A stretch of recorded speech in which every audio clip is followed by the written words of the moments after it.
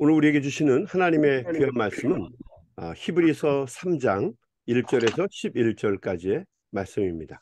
히브리서 3장 1절에서 11절까지의 말씀, 우리 한 절씩 돌아가면서 교독하도록 하겠습니다. 그러므로 함께 하늘의 부르심을 받은 거룩한 형제들아, 우리가 믿는 도리의 사도이며 대제사장이신 예수를 깊이 생각하라. 그는 자기를 세우신 이에게 신실하시기를 신실하시기를 모세가 모세가 하나님의 온 온 집에서 집에서 한 한 것과 것과 같이 하셨으니 하셨으니 그는 모세보다 더욱 영광을 받을 만한 것이 마치 집 지은 자가 그 집보다 더욱 존귀함 같으니라. 집마다 집마다 지위가 지위가 있으니 있으니 만물을 만물을 지으신 이는 하나님이시라. 하나님이시라. 또한 모세는 장래에 말할 것을 증언하기 위하여 하나님의 온 집에서 종으로서 신실하였고 그리스도는 하나님의 집을 집을 맡은 맡은 아들로서 아들로서 그와 그와 같이 하셨으니 우리가 우리가 평강의 평강의 확신과 확신과 사랑을 끝까지 끝까지 붙게 잡고 있으면 우리는 우리는 그의 그의 집이라. 집이라. 그러므로 성령이 이루신 바와 같이 오늘 너희가 그의 음성을 듣거든 광야에서 시험하던 날에 거역하던 것 거역하셨던 같이 것이 너희 너희 마음을 완고하게 완고하게 하지 말라. 말라. 거기서 너희 열조가 나를 시험하여 증언하고 40년 동안 나의 행사를 보았느니라. 그러므로 내가 이 세대에게 노하여 이르기를 그들이 항상 마음이 미혹되어 미혹되어 내 길을 길을 알지 못하는도다 하였고 우리 다 같이 읽겠습니다. 내가 내가 노하여 맹세한 바와 같이 그들은 내 안식에 오지 오지 못하리라 못하리라 하였느니라. 아멘. 아멘. 오늘 사순절 33번째 날, 오늘 아침에 우리에게 주시는 말씀은 히브리서 3장의 말씀입니다. 어렵고 힘든 순간에도 변치 않고 오직 우리 주님만 바라보는 것은 결코 쉬운 일이 아닙니다.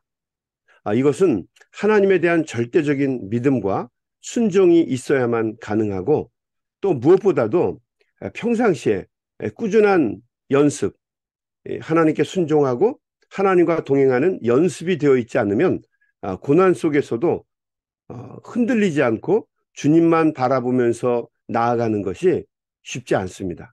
이것은 연습이 되어 있어야만 합니다. 오래전 이스라엘 백성들은 40년 동안 광야에서 지내는 삶을 살았습니다. 출애굽 이후의 일들이죠. 어쩌면 하나님은 이 긴 광야 생활 속에서 이스라엘 백성들이 오직 하나님만 의지하고 하나님과 동행하기를 원했습니다. 그런데 우리가 지난번에 말씀에서 나누었던 것처럼 광야는 학교였고 교회였습니다. 왜냐하면 그것은 하나님을 배우고 익히고 예배하는 곳이었기 때문이죠. 그래서 광야는 말 그대로 광야 교회였습니다. 광야에서는 200만 명이 넘는 사람들이 살아가는 것이 불가능합니다. 한 사람도 생존하는 것이 쉽지가 않아요. 근데 하물며 수많은 사람들이 살아가는 것은 전적으로 하나님의 도우심과 은혜가 아니면 불가능한 일이었습니다. 실제로 하나님은 이스라엘 백성들에게 밤에는 불기둥으로, 그리고 낮에는 구름기둥으로 저들을 인도해 주셨습니다. 아침에는 만나를 내려주셨고 저녁에는 메추리를 날려보내 주셨습니다. 반석을 쳐서 물을 내어서 목마름을 해갈하게 하셨고, 또 외적을 물리쳐 주셨고, 여러 가지 열악한 환경 속에서 이스라엘 백성들을 지켜주시고 인도해 주셨습니다.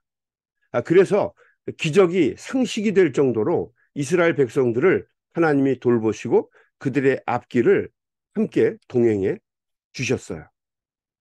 그런데 이런 말이 있죠. 아무리 따뜻한 햇살이라 할지라도 쉬지 않고 계속 비치게 되면 그 지역이 어떻게 되겠습니까? 사막이 되죠. 아무리 좋은 빗줄기라고 해도 이것이 계속 쉬지 않고 주야로 내리게 되면 홍수가 나게 되고 세상이 물에 갇히게 됩니다. 마찬가지로 하나님의 은혜가 쉬지 않고 계속 풍족하게 내리게 되자 40년 동안 계속 그들에게 임하게 되자 출애굽한 이스라엘 백성들은 하나님의 은혜에 계속 감사한 것이 아니라 오히려 하나님을 무시하고 하나님을 끊임없이 시험하기 시작했습니다. 특별히 하나님이 자신들을 정말 젖과 꿀이 흐르는 가나안 땅으로 인도하실 수 있는 분인지 아닌지 또 그들은 계속 의심했고 또 얼마나 더 지나야 과연 그곳에 갈 수 있는지 계속해서 하나님을 의심하고 시험하고 불신했습니다. 언제까지 그렇게 했을까요? 출애굽을 한 이스라엘 백성들 1세대가 광야에서 다 죽을 때까지 그렇게 살았다는 거죠. 그러니까 여러분 의심하고 불평하고 원망하고 타락의 길을 걷는 거는요. 여러분 이거 멈추지 않습니다. 왜냐하면 그것이 연습이 되었기 때문이죠.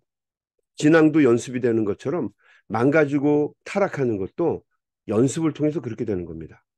어쩌면 이스라엘 백성들의 광야 생활은 처음부터 불평과 원망, 불신과 온갖 죄악으로 점철된 그런 시간들이었습니다. 하나님은 타락하고 망가진 이스라엘 백성들을 하나님이 약속하신 가나안 땅으로 데리고 들어가실 수는 없었습니다. 왜냐하면 그곳에서 하나님의 역사, 하나님의 새로운 민족을 이룰 수는 없었기 때문이죠. 그래서 완악한 1세대를 광야에서 생을 마감하게 하셨습니다. 뭐 그렇다고 광야에 내버려 두신 것이 아니라 신실하신 하나님은 그들을 끝까지 지키시고 인도하셨죠. 어려운 여건 속에서 사는 민족들 많잖아요. 아프리카의 민족들이라든지 또 광야에 사는 사람들이 있잖아요. 하나님은 그 사람들처럼 그곳에서 이스라엘 백성들이 계속 삶을 살 수 있도록 내버려 두신 것이 아니라 지키셨어요. 그러나 그렇다고 해서 그들을 다 데리고 약속의 땅으로 들어가실 수는 없었죠. 그래서 그들은 광야에서 생을 마감하게 하시고 그들의 아들과 딸인 출애굽 2세대들이 가나안 땅으로 들어가게 하셨습니다. 그리고 그곳에서 새로운 하나님의 역사, 하나님의 선택된 백성으로서의 삶을 살게 하셨던 거죠. 오늘 우리가 읽은 이 말씀은 이 광야에서의 생활을 했던 히브리 민족들의 삶이 배경이 된 이야기예요. 히브리서 기자는 우리들에게 광야에서 지냈던 이스라엘 백성들을 언급하면서 이렇게 조언의 말씀을 줍니다. 7절 말씀부터 제가 읽어보겠습니다. 잘 한번 들어보시기 바랍니다. 그러므로 성령이 이르신 바와 같이 오늘 너희가 그 음성을 듣거든 광야에서 시험하던 날에 거역하던 것 같이 너희 마음을 완악하게 하지 말아라. 9절 말씀. 거기서 너희 열조가 나를 시험하여 증언하고 40년 동안 나의 행사를 보았느니라. 그러므로 내가 이 세대에게 노하여 이르기를 그들이 항상 마음이 미혹되어 내 길을 알지 못하는도다 하였고 내가 노하여 맹세한 바와 같이 그들은 내 안식에 들어오지 못하리라 하였느니라. 성령의 음성을 우리가 듣거든 마음을 완악하게 하지 말라는 거죠. 하나님의 뜻을 거스리지 말라는 것입니다. 그 말에 성령의 말씀에 순종하라고 이 히브리 기자는 우리에게 조언해 주고 있습니다. 그 옛날 이스라엘 백성들이 하나님께 완악하게 행동해서 하나님을 의심하고 시험하고 불순종해서 하나님께 버림을 받았던 것을 기억하라라고 하는 거죠. 이스라엘 백성들이 하나님께 완악했던 것을 똑같이 답습하지 말라는 거예요. 약속의 땅에 들어가지 못하고 그들이 1세대가 그 광야에서 생을 마감했던 것처럼 그렇게 살지 말고 성령의 인도하심을 받아서 우리 신앙의 사도이며 영원한 사도이며 대제사장이신 멜기세덱의 반차를 쫓아서 우리에게 영원한 대제사장이 되신 예수님을 깊이 생각하라고 권면합니다. 예수님은 이스라엘 백성들이 최고의 영으로 떠받드는 모세보다도 훨씬 더 신실하신 분이시고 모세보다 영광과 존귀를 받으시기에 합당한 분이다라고 이야기를 합니다. 그리고 아까 우리가 읽었던 말씀처럼 집을 짓는 사람, 집주인을 얘기하는 겁니다. 집주인이 집보다도 더 귀한 존재인 것처럼 여러분 집이라고 하는 것은 집주인을 위해서 존재하잖아요. 그러니까 집은 세상이고 그 집주인은 하나님이시라는 거예요. 너희가 집이고 너희의 주인은 하나님이시란 얘기예요. 그리고 그 집은 모세는 그 집을 신실하게 지킨 사람이고 그 집을 맡아서 주관한 온 세상을 맡아 주관하신 분이 바로 예수 그리스도라고 하는 것입니다. 그러므로 히브리서 기자는 성령이 증거하시는 예수님의 말씀을 듣게 되면 예수님께 온유하고 순종하고 그분께 복종하라고 권면의 말씀을 줍니다. 특별히 히브리서가 기록될 당시에는 유대교의 박해와 탄압이 아주 심한 때였어요. 그래서 기독교인들 가운데 유대교로부터 온 사람들이 참 많았는데 많은 고난과 어려움을 경험하다 보니까 기독교로 개종했던 분들이 다시 유대교로 돌아가는 일들이 비일비재하게 일어났던 거죠. 우리는 뭐 이거 현실 속에서도 많이 보잖아요. 너무 힘들고 어려우니까 그들의 박해를 견디기 어려우니까 그래 따라가지. 그리고 따라가는 거예요. 네, 뭐 요즘에 실사판도 많이 일어나잖아요. 따라간 겁니다.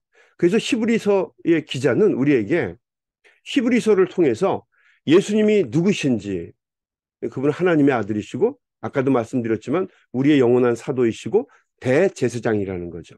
그리고 이 다음에 하나님 앞에 섰을 때 우리를 보호해 주실, 심판주로부터 우리를 보호해 주시고 변호해 주실 분이다라고 얘기를 하죠.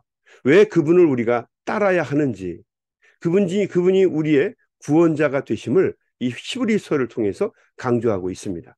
그래서 히브리서는 기독교의 우월성을 설명하는 변증서입니다.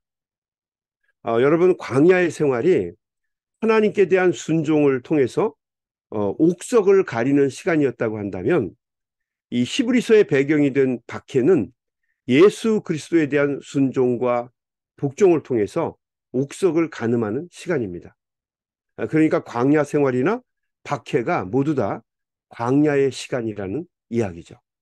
여러분 사람이 좋을 때는 누구나 다 좋게 좋게 삽니다. 알 수가 없어요. 저 사람이 진짜 좋은 신앙을 가진 사람인지 훌륭한 사람인지 몰라요. 요즘에 그 막걸리가 많이 발전됐잖아요. 그래서 이렇게 한국 마트에 가면 한쪽에 이 막걸리도 병에 담겨 있어요. 소주병처럼. 근데 그냥 그 밑에 아무것도 뜬 게 없이요. 다 밑에 모든 게 가라앉아 있으니까 소주처럼 맑아요. 그런데 그 막걸리 병을 들어서 막 이렇게 흔들면은요. 그 밑에 있었던 부유물들이 다 떠오릅니다. 그러면 우리가 알고 있는 옛날의 막걸리 모양으로 떠오르는 거예요. 평상시에는 모르는 거죠. 똑같이 맑으니까. 이게 뭐죠? 소주인지 아니면 막걸리인지 구분이 잘 안 되는 거예요. 그런데 고난을 만나고 역경을 만나서 흔들어 보니까 금방 티가 나는 거예요. 고난과 역경이 광야의 길이 저 사람이 정말 어떤 신앙인인지를 알아볼 수 있는 그런 시금석이 되는 기간이라는 거죠. 이게 광야 그런 거예요. 우리 신앙인들도 마찬가지죠. 고난을 당하고 역경을 당할 때 정말 하나님의 말씀에 서는가? 목회자도 마찬가지입니다. 정말 그 사람이 고난과 역경을 당할 때 그때 하나님의 말씀대로 사는가? 아니면 타협하는가? 이게 굉장히 중요한 거라는 거죠. 히브리서 기자는 성도들에게 용기를 내서 예수 그리스도께 복종하라고 권면하고 있습니다. 그러니까 이 광야의 길은 하나님에 대한 철저한 순종이 아니면 아무나 갈 수 있는 길이 아닙니다. 광야의 교부들 가운데 난쟁이 요한이라는 분이 있어요. 한번 제가 소개해드렸죠. 잔 더 드와프라고 하는 난쟁이 요한이 있었습니다. 이집트 광야로 이분이 들어가서 기도처를 정하고 처음 수도사의 생활을 시작할 때 한 늙은 수도사와 수도사 어른과 함께 머물면서 기도와 말씀 묵상의 시간을 시작했어요.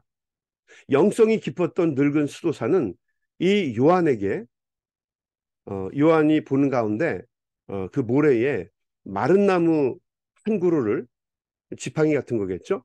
모래 땅에다가 심었습니다. 그리고 이렇게 얘기를 하죠. 이 나무가 열매를 맺을 때까지 날마다 한 양동이의 물을 주게. 여러분 한번 생각해 보십시오. 광야에 물 한 번 없는, 물 한 줄기 없는 그 광야에 거기서 매일같이 물 한 동이씩 이 나무에게 주라는 겁니다. 그 요한이 있던 그 광야는 물을 구할 수 있는 곳이 아니에요. 요한 자신도 아침에 내리는 이슬을 작은 병에 담아서 그것으로 마시면서 살아가는 지경이에요. 근데 매일 어디서 한 양동이의 물을 구해다가 이 나무에게 줄 수 있겠습니까? 그렇지만 이 요한은 이 수도사 어른의 말에 순종합니다. 이분이 계획이 있어서 나에게 이런 말씀을 하시겠지. 뭐 쉬운 일도 아니고 불가능한 일이지만 그래도 그 많은 물을 구하려고 하면 하루 그 반나절을 마을로 내려가서 그 물을 길어와야 해요. 그래서 이 수도사 요한은 매일 하루 일과가 끝이 나면 저녁에 물을 기르러 먼 거리를 떠났다가 그 다음날 아침에 기도굴로 돌아왔습니다. 그러니까 잠 시간이 거의 없었던 거죠. 요한은 하루도 거르지 않고 물을 길러다가 3년 동안 이 나무에게 물을 주었어요. 자, 그러자 나무는 싹이 트고 열매를 맺게 되었습니다. 늙은 수도사는 그 열매를 몇 개 따서 도시에 있는 교회로 갔습니다. 그리고 그 교회의 성도들에게 이렇게 이야기를 했다는 거죠. 여기 순종의 열매가 있습니다. 받아서 드십시오. 이게 뭐 그냥 뭐 선문답하는 것 같고 뭐 뜬구름 잡는 것 같은 이야기 같지만 이 말씀 속에 굉장히 깊은 의미가 담겨 있습니다. 순종이 있을 때, 하나님의 말씀에 대한 순종이 있을 때 열매를 맺게 된다라고 하는 이야기를 해주는 거죠.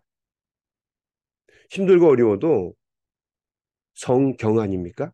하나님의 말씀이에요. 그러면 그 하나님의 말씀에 순종하는 것입니다. 하나님의 뜻을 꺾고 세상과 타협하고 세상을 따라가는 것이 아니라 끝까지 하나님의 말씀을 잡는 사람, 그 사람이 그리스도의 사람입니다. 우리 소명교회는 하나님의 말씀과 뜻을 쫓아서 시작한 교회입니다. 여러분 동의하시죠?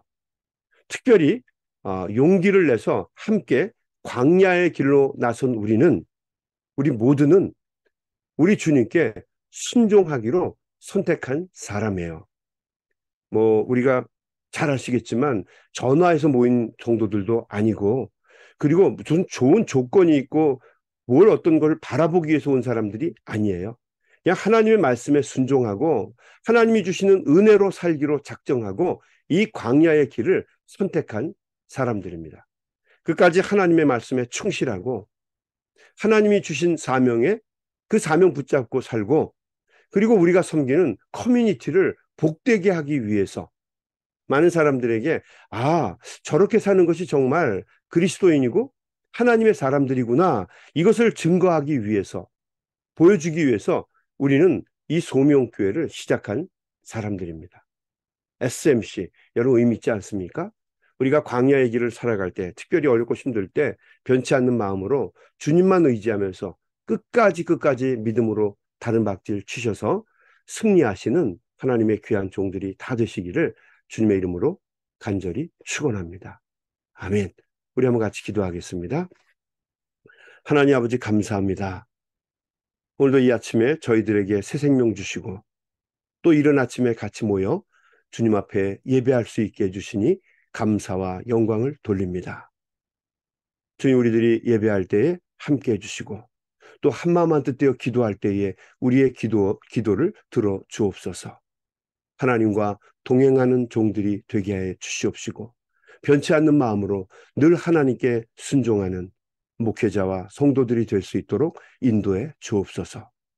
항상 겸손하게 하시고 믿음의 주요 온전케 하시는 이신 주님만 바라보며 건강할 때나 아플 때나 또 처음 주님을 믿을 때나 이 땅에서의 삶을 마칠 때나 변함없이 우리 주님만 바라보며 끝까지 주님과 동행할 수 있는 하나님의 귀한 소명의 가족들이 되게 하여 주시옵소서. 오늘도 이 아침에 간절한 마음으로 기도할 때에 주님 우리들의 기도를 들어주시고 주님 앞에 상달되는 귀한 아침이 될 수 있도록 인도하여 주시옵소서. 예수님의 이름으로 간절히 기도 올리옵나이다. 아멘, 아멘. 우리 다 같이 합심해서 통성으로 기도하면서 세상으로 나아가겠습니다. 우리 소리 내서 기도합니다.